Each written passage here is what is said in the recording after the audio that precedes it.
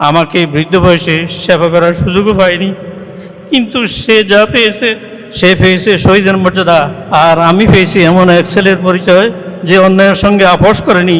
আলিফ আমার একমাত্র সন্তান। কুমিল্লা জেলার এক সাধারণ পরিবারে আমার ছেলের জন্ম। সে পড়াশোনা করে মানুষ হবে, সৎ থাকবে। আমি কখনো তাকে নেতা বানানোর স্বপ্ন দেখিনি, শহীদ হওয়ার কথাও আমি ভাবিনি। আমি শুধু চেয়েছিলাম সে নিরাপদ থাকুক, ভালো থাকুক। সে লেখাপড়া করতো তামিরুল মিল্লাত কামিল মাদ্রাসায়, আলিম প্রথম বর্ষে। পড়াশোনার পাশাপাশি তার ভেতরে একটা অদ্ভুত দায়বদ্ধ ছিল। সে প্রায় বলতো, আব্বু, অন্যায় দেখেও যদি আমি চুপ থাকি তাহলে পড়াশোনা করে কি হবে। আমি তখন তাকে বোঝাতাম, সময় আসবে, ধৈর্য ধরো। কিন্তু জুলাই আমাদের সব হিসাব বদলে দিয়েছে। দেশ জুড়ে বৈষম্য, ছাত্রদের উপর দমন নিপীড়নের খবর সে মন দিয়ে শুনতো। টেলিভিশন বা মোবাইলে কিছু দেখলে চুপচাপ হয়ে যেত। বুঝতাম ভিতরে ভিতরে সে সিদ্ধান্ত নিয়ে ফেলেছে। আমি ভয় পেতাম, কারণ আমি জানতাম রাজপথে কখনোই এই কিশোরদের জন্য নিরাপদ নয়। 5ই আগস্ট 24 সালে বাড়ি থেকে বের হওয়ার সময় আমি তাকে সাবধান করতে বলেছিলাম। চোখের দিকে তাকে শুধু বলেছিলাম, আব্বা, আমি অন্যায়ের পক্ষে থাকতে পারি না। এই কথাটা আজ আমার কাছে তার সবচেয়ে বড় প্রাপ্তি।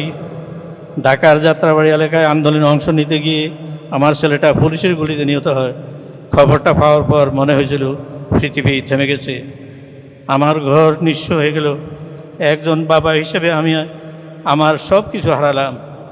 কিন্তু সময়ের সঙ্গে সঙ্গে বুঝতে শিখেছি, আমি শুধু হারাইনি, কিছু রেখেও গিয়েছি। আমার ছেলে কোনো পদে ছিল না, কোনো ব্যানারে তার নাম ছিল না, শুধু তার রক্ত প্রমাণ করেছে এই আন্দোলন সাধারণ ঘরের সন্তানের আন্দোলন ছিল। তার স্বপ্ন ছিল একটি বৈষম্যহীন বাংলাদেশ, যেখানে শিক্ষার্থীরা নিরাপদ থাকবে, কথা বলার জন্য কাউকে জীবন দিতে হবে না।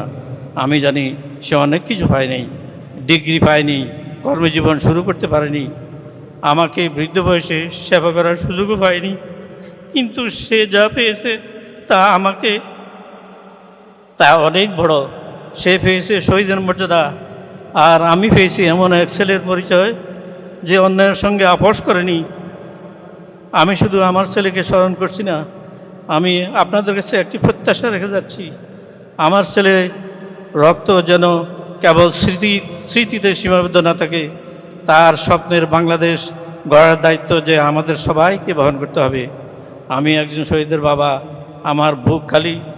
আমি কিন্তু মাথা নত নয়, কারণ আমার ছেলে সৈয়দ মুনতাসির রহমান আলিফ ন্যায়ের পক্ষে দাঁড়িয়ে জীবন দিয়েছে। সম্মানিত উপস্থিতি, অত্যন্ত দুঃখ এবং পরিতাপের বিষয়, এই জাতির কিছু অংশ এত অল্প সময়ে হাজার হাজার শহীদ এবং আহতদেরকে এইভাবে একেবারে নির্মূল করার জন্য একেবারে নির্লিপ্ত হয়ে কিভাবে ভুলে যায়। আমাদের এই সন্তান যদি রক্ত না দিত, আমাদের সন্তানের রক্তের উপরে দাঁড়িয়ে আজ এই বাংলাদেশ, আজ তারা কোথা থেকে কিভাবে এসে আজ ক্ষমতার মর্যাদায় বসে তারা আমাদেরকে একেবারে ভুলে গেছে। যে জুলাই সনদে তারা স্বাক্ষর করেছিল, আজকে সেই জুলাই সনদে তারা অস্বীকার করছে। আমরা কি দুঃখ, কি বেদনা নিয়ে আমরা কোথায় কার কাছে যাব? আল্লাহ ছাড়া আমাদের আর কোনো উপায় নাই। আমরা মনে করি আল্লাহ আমাদের সব কিছু। হাসবুনাল্লাহ ওয়া নি'মাল ওয়াকিল, নি'মাল মাওলা ওয়া নি'মান নাসির। আল্লাহ আমাদের সব কিছু। অসংখ্য ধন্যবাদ আপনাদের সবাইকে। আসসালামু আলাইকুম ওয়া রাহমাতুল্লাহ।